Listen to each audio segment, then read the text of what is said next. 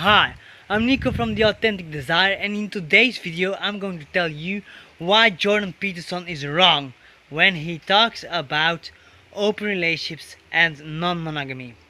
Well, he makes three main mistakes. The first mistake is an override generalization. He says that polyamory is polygamy, which is just not true. The second mistake that he makes is that he confuses correlation with causation. So he says that because polygamy and violence are connected, that polygamy causes men to act in violent ways, which again is not true when you look deeper into the case. And then the last mistake that he does is that he says that women will become unfulfilled in open relationships and that children, will grow up impaired, which is absolutely not true. So now, let's see at the first thing. Well, he says that polyamory is polygamy because in the history there was not a lot of polyamory. Yes, indeed, there was not a lot of polyamory. So polygamy is not polyamory. So you can't equal the two things. Polyamory is like an umbrella term under which every consensual non-monogamy is beneath. It's about people who swing, people who live in a three-way relationships, people who live in a commune. All these things are part of what makes polyamory. Polygamy is different. It's only one man and multiple women, which is a part of the polyamory movement, but not at all the only form. So that is a definition problem, Jordan. The second problem is that he makes a main mistake that research, because he's a researcher, is actually a bit a disgrace, because he says that there is a link, a correlation between polygamy, which is only a part of polyamory, and violence. And yes, he has a point. In violent societies, in most of our history, there was a higher chance of polygamy. Why? Well, it's very simple. First of all, when children in places where there's not good healthcare are young boys die easier, are weaker. We are weaker against diseases.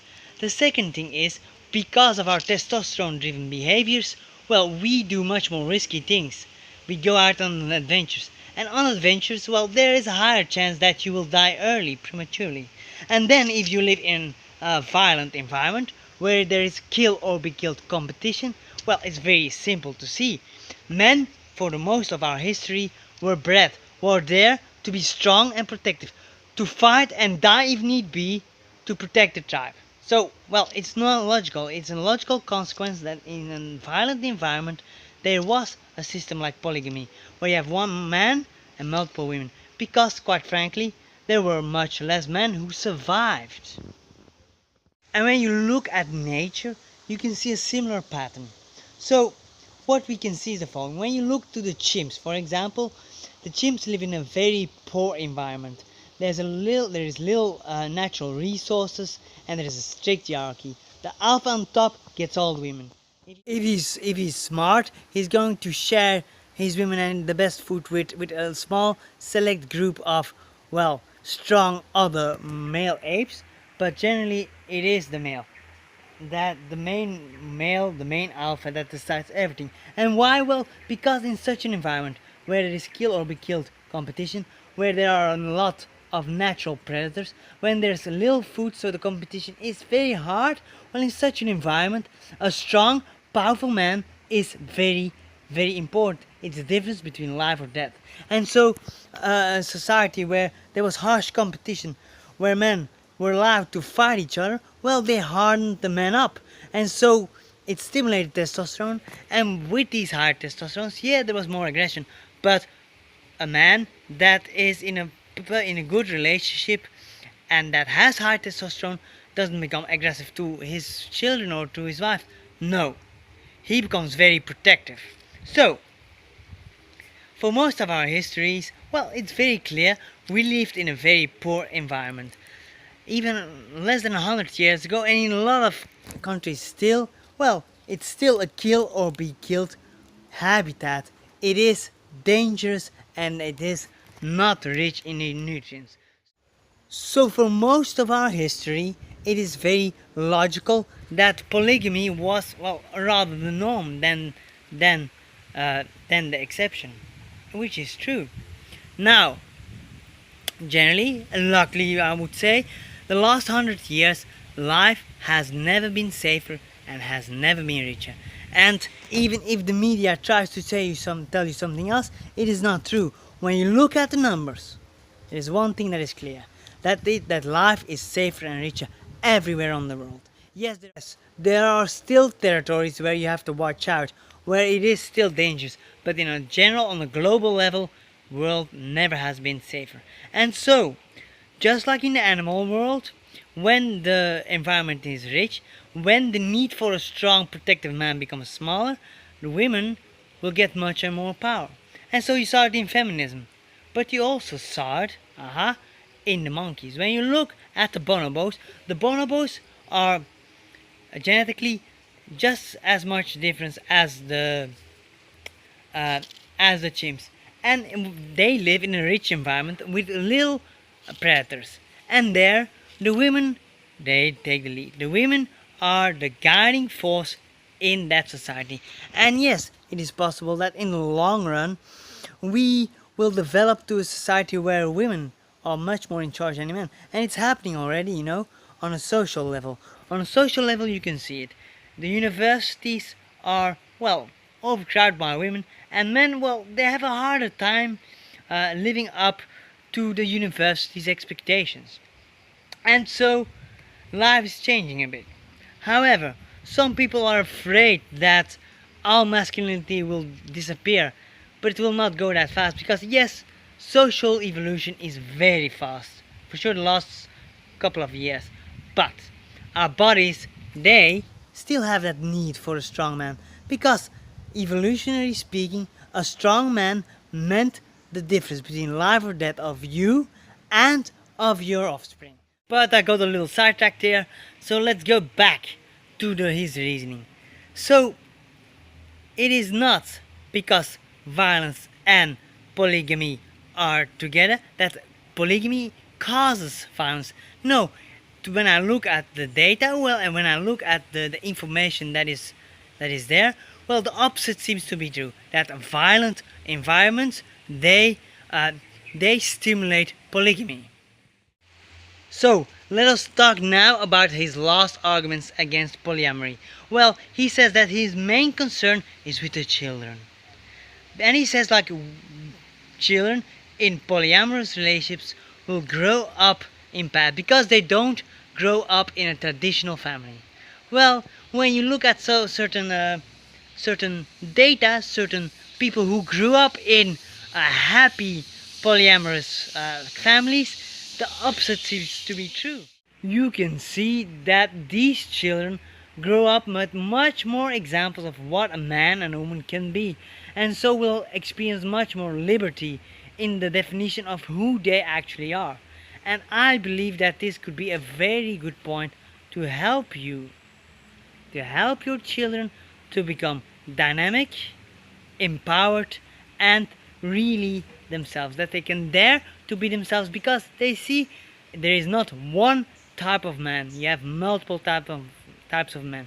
There's not one type of women, no, you have multiple types of women. Okay, so now let's see to the last argument, that Jordan says that women will become unfulfilled in open relationships. Now, let's look at the last couple of arguments that he has. He says that women will become unfulfilled. Well, it might happen or it might not happen in an open relationship. But it has not to do with if the relationship is open or closed. No. Jordan makes one mistake. He says that to become fulfilled, you need a lot of quantity, a lot of time together. But in my eyes, the quality of the time that you spend together is much more important. So if you have an open relationship, and if it is in a respectful and healthy way, then this can even fulfill women and men more than in a close relationship. Well, if you can handle the jealousy and the insecurity that goes with it, because it's not for everybody. But What it means is that in such a relationship, you have the responsibility and and you know very well that there are a lot of competition, and she's free to go into this competition, or you as man are free in that competition. So there will be much more attention when you know much more, when you actually more realize how vulnerable relationships are. You're gonna pay more attention, you're gonna invest more, you're not gonna take each other so much for granted, because when you do that, you will lose each other. You will be very, very clear about that. and and if you grow apart, well, the chances are high that that relationship will stop faster. But does that not happen in close relationships then? Of course it does. But then people become much more complacent because they can lie to themselves. Ah, she will never leave me, or he will never leave me, because they love me. And so they can live into a lie where they lie to themselves and lie to each other. And I have to be honest, I was one of these guys, and then sometimes to feel alive, to feel that desire, to feel desired, to feel able to be a powerful sexual beast, or to be an absolutely sensual, attractive seductress, well, then a lot of people will cheat. So what do you choose? Well, it's up to you. It's completely up to you. But can what you can learn from people that live in open relationships is the way they communicate. And that is good for people in whatever kind of relating, in close, in open, in whatever relationship they have. It is open communication. These people that live in open relationships, in polyamorous relationships, they, in an ideal way, if they believe the world is a rich and abundant world filled with love and sexual excitement, well, then they will communicate in an honest, open way, even if it's difficult.